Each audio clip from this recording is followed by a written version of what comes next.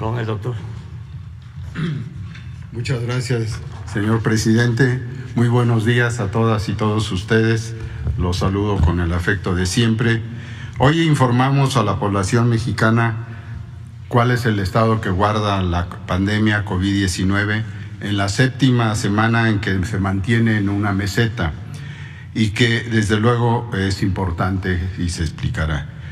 Esto lo comunicará el subsecretario López-Gatell, pero también en respuesta a Judith Sánchez hablará sobre el estado que guarda la vacunación. Y el maestro Zoé Robledo continuará informando cómo van los avances del IMSS Bienestar 2023 en el país para atender la población sin seguridad social. Y son dos los temas que tratará en general. El primero, el plan de cobertura de plazas asociadas a la prestación de servicios médicos, especialistas, médicos generales, enfermeras que se requieren y que desde luego se desglosa con 3 fuentes para esta obtención.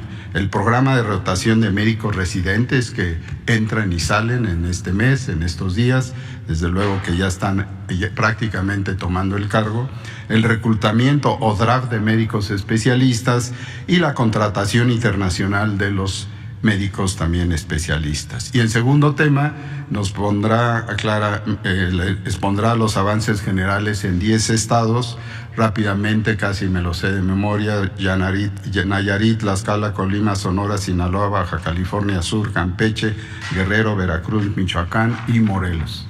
¿Es cuánto?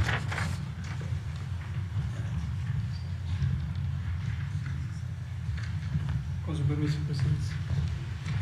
Muy buenos días, maestro Alcocer, director general del IMSS, querido Zoé. Muy buenos días, tengan todas y todos ustedes. Vamos a comentar el estado que guarda la pandemia de COVID.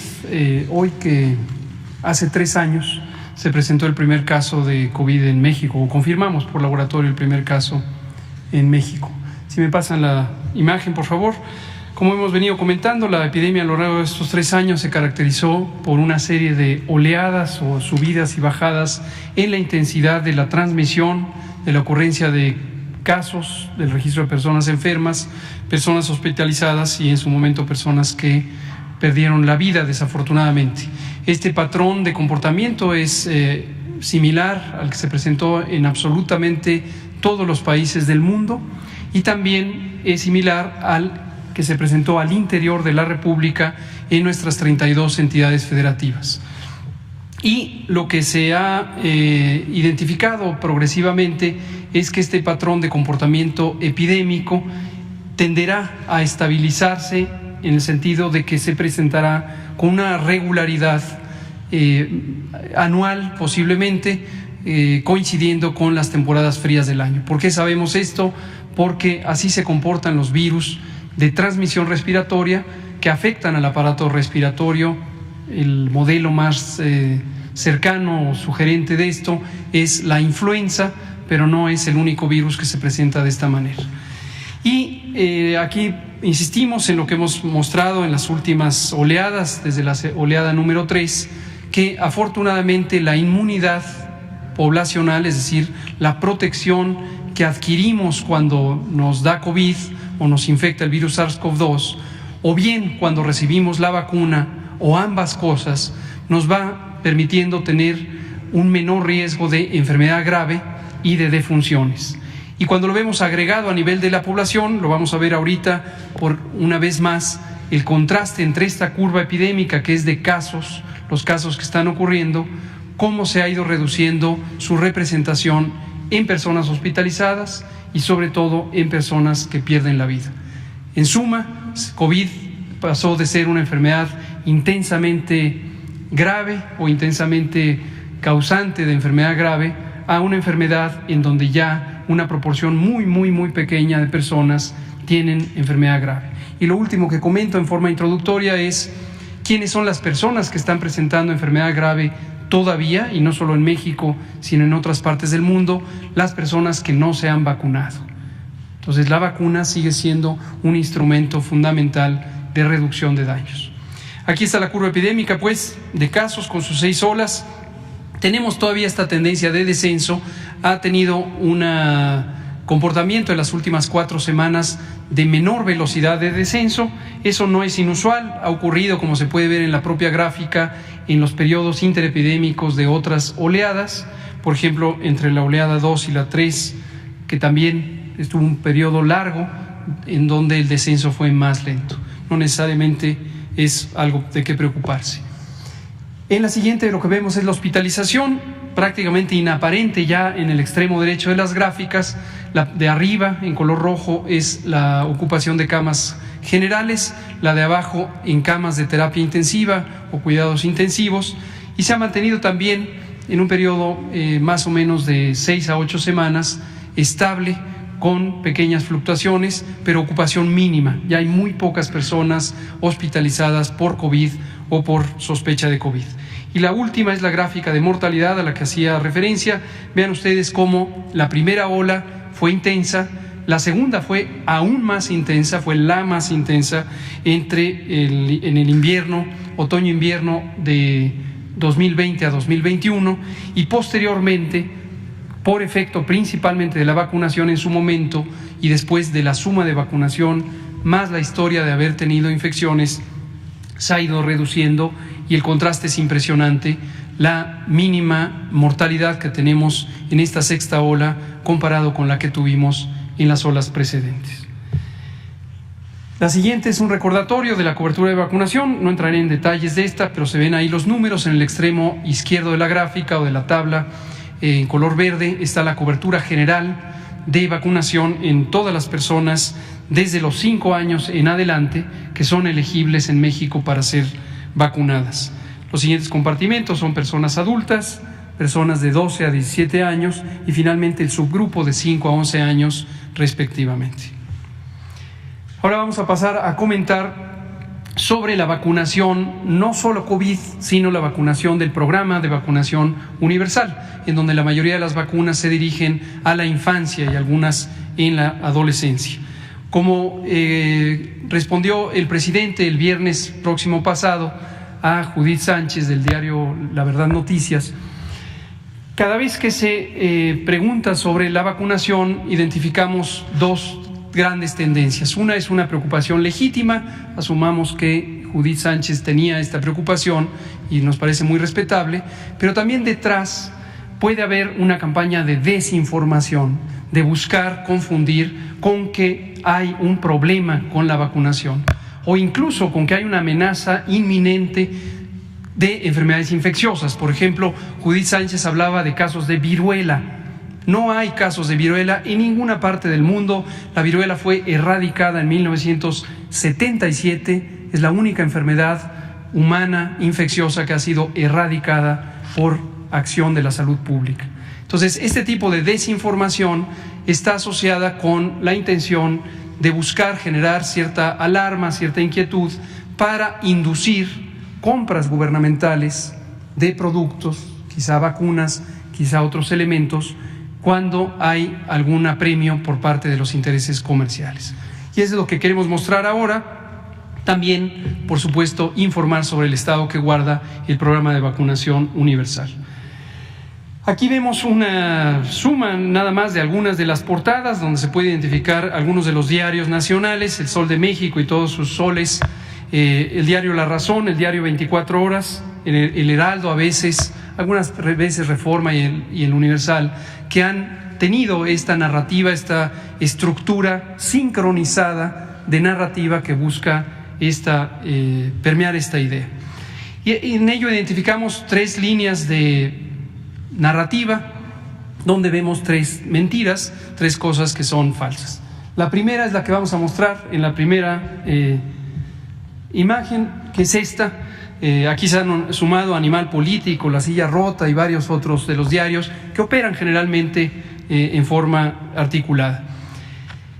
La primera mentira es esta, que hay una reducción del presupuesto. Lo decía también Judith Sánchez, se redujo el presupuesto más del 50%, el presupuesto de vacunación o de los programas de vacunación. Es interesante porque aquí esto no solo lo vemos en las noticias, también lo vemos en gente que se acerca al Congreso de la Unión a hacer cabildeo, los cabilderos, o mejor llamados coyotes, que ya mencionaba el propio presidente el viernes. Vean ustedes, la tabla de la derecha muestra exactamente cuál es la realidad respecto a esta noticia de que se redujo el presupuesto, 54%. Aquí lo que vemos es una comparación de 2023 en la columna del medio contra 2022 en la segunda columna de la tabla. Y lo hemos dividido, como se ha articulado el presupuesto, en el presupuesto de vacunas para el programa de vacunación universal, las vacunas de la cartilla, las vacunas de la infancia, y el presupuesto para las vacunas COVID, que en su momento fue, desde luego, una asignación extraordinaria. Y lo que vemos es el gasto ejercido en 2022, donde hubo 2.12 miles de millones de pesos para las vacunas del programa universal y 28.1 miles de millones de pesos para la vacunación COVID, sumando 30.2. En 2023 se asignaron 3.25 miles de millones de pesos al programa de vacunación universal, lo que representa un incremento de casi 35%, es decir, aumentó, contrario a lo que se plantea, aumentó casi 35, concretamente 34.7% el financiamiento del programa de vacunación universal. Pero desde luego COVID-19 se redujo, y ese es el 54% aludido, se redujo porque la vacunación COVID en 2023 no va a tener el mismo carácter de vacunación universal que tuvo durante la etapa de emergencia.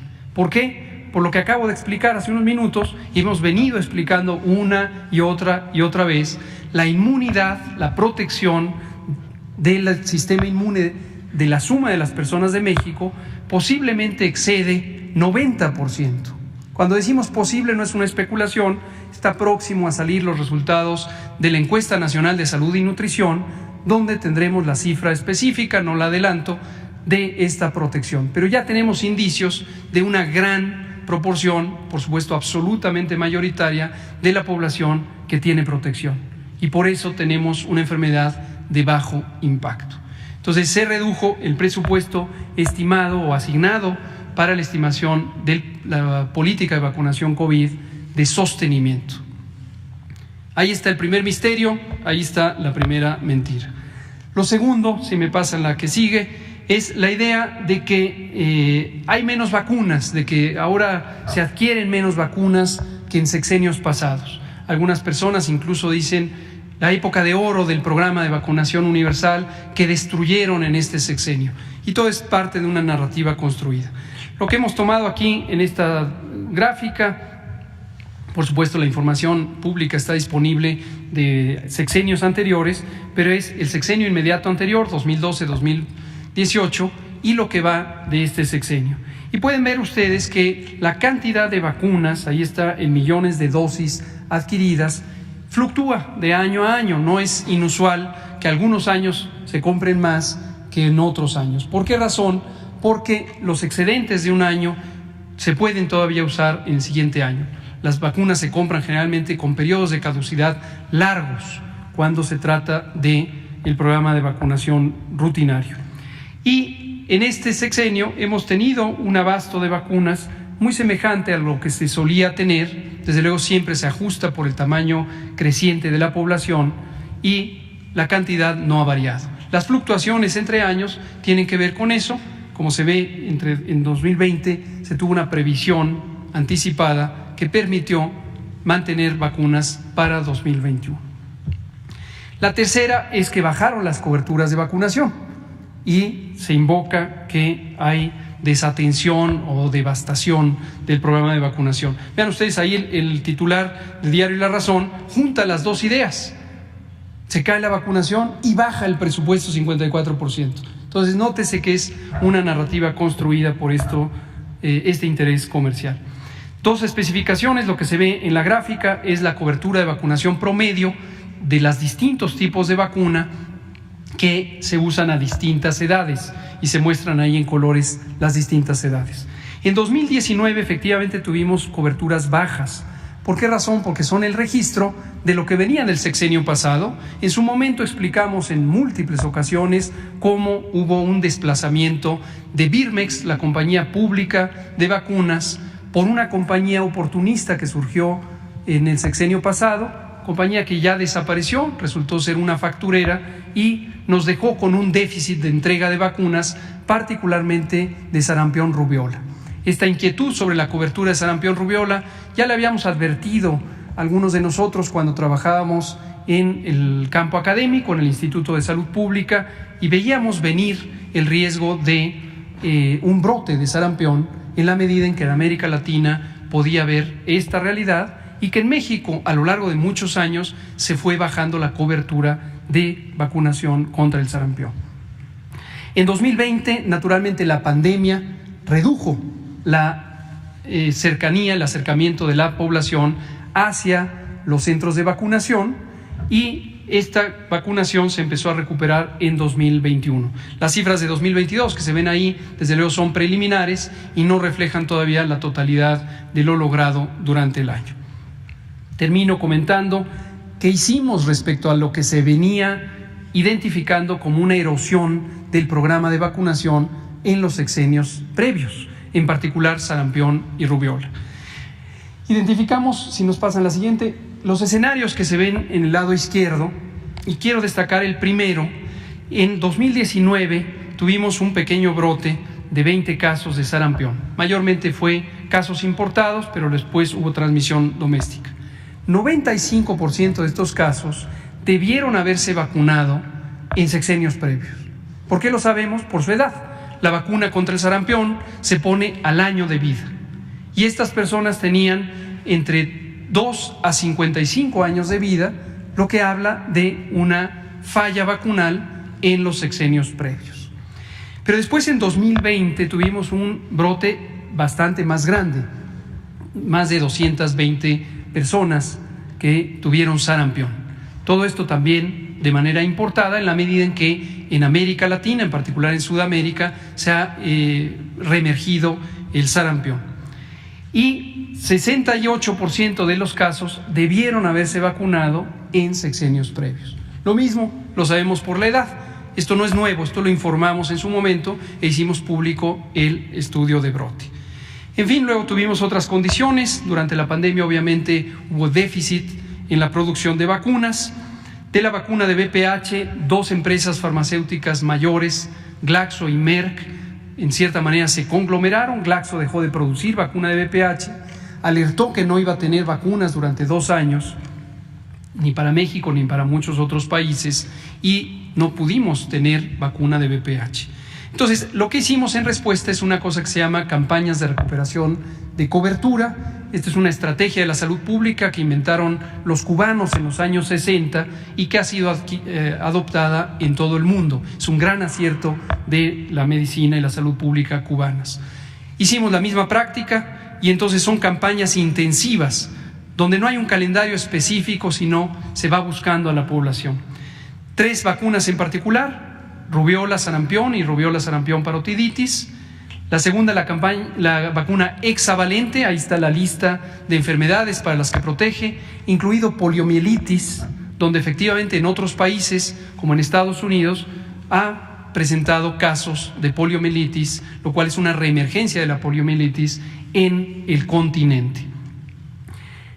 Y VPH. Los resultados en la siguiente imagen: más de 8 millones de dosis de sarampión rubiola, seguidas de 1,5 millones de sarampión rubiola parotiditis, la triple viral, en 2021. En 2022, casi 2 millones de la vacuna hexavalente. Estas, insisto, son de recuperación, adicionales a las que se van poniendo en el día con día a los niños que llegan a la edad. Y finalmente VPH, el programa, como lo anunciamos aquí, inició el 3 de noviembre del año pasado y continuará hasta que se complete la meta de 2.2 millones de dosis, millones de personas vacunadas contra el VPH, 1.4 millones hasta el momento. Y ya, esa es la información. Y al final tenemos algunas imágenes, por supuesto hay evidencia tanto documental como gráfica. Y lo último, ayer Sandy Aguilera, aquí está, comentaba sobre un tema importantísimo y nos pidió el presidente también no dejarlo fuera, en la medida en que le agradecemos a Sandra el estar muy activa en esta lucha contra el fraude académico y el fraude profesional en el campo de la cirugía estética. Tenemos la información puntual que recabamos. Efectivamente hemos estado colaborando ya con la Secretaría de Educación Pública y el gobierno federal trabaja al unísono para atraer las facultades que le corresponden en la asignación de registros de validez oficial de estudios, que antes se utilizaban de manera discrecional y desde luego no transparente, incluso incorrecta, en las entidades federativas. Y la Comisión Intersecretarial para la Formación de Recursos Humanos en Salud, que preside o su secretario técnico es nuestro director general de Calidad y Educación en Salud, el doctor José Luis García Ceja, ha tenido el cuidado de mantener este contacto con la SEP para que a través de esta comisión sea la única instancia en donde se pueda tener la documentación de lo que se llaman las opiniones técnicas académicas, que son las propuestas de programas de formación en los distintos campos de las especialidades médicas. Y este trámite se hizo además gratuito, antes era parte de un negocio secundario del registro de las especialidades, lo cual perturbaba más las cosas. Y el caso específico de la Universidad del Conde, que se comentaba también ayer por Sandy, la opinión técnica académica ya venció. Si quisieran en su momento tener un registro, tendrían que presentar una opinión técnica académica y esta será analizada. Por supuesto está el ominoso antecedente de que en su momento a nivel local se les otorgó el REBOE a 2 maestrías en cirugía estética y una en la especialidad, si es que se le puede llamar así, de medicina estética y longevidad. Hoy estas 2 o 3 programas de estudio carecen de validez oficial y desde luego por los antecedentes deberían considerarse como no viables, no aptos por eso. Muchas gracias, Sandra. Gracias a todos. Con permiso.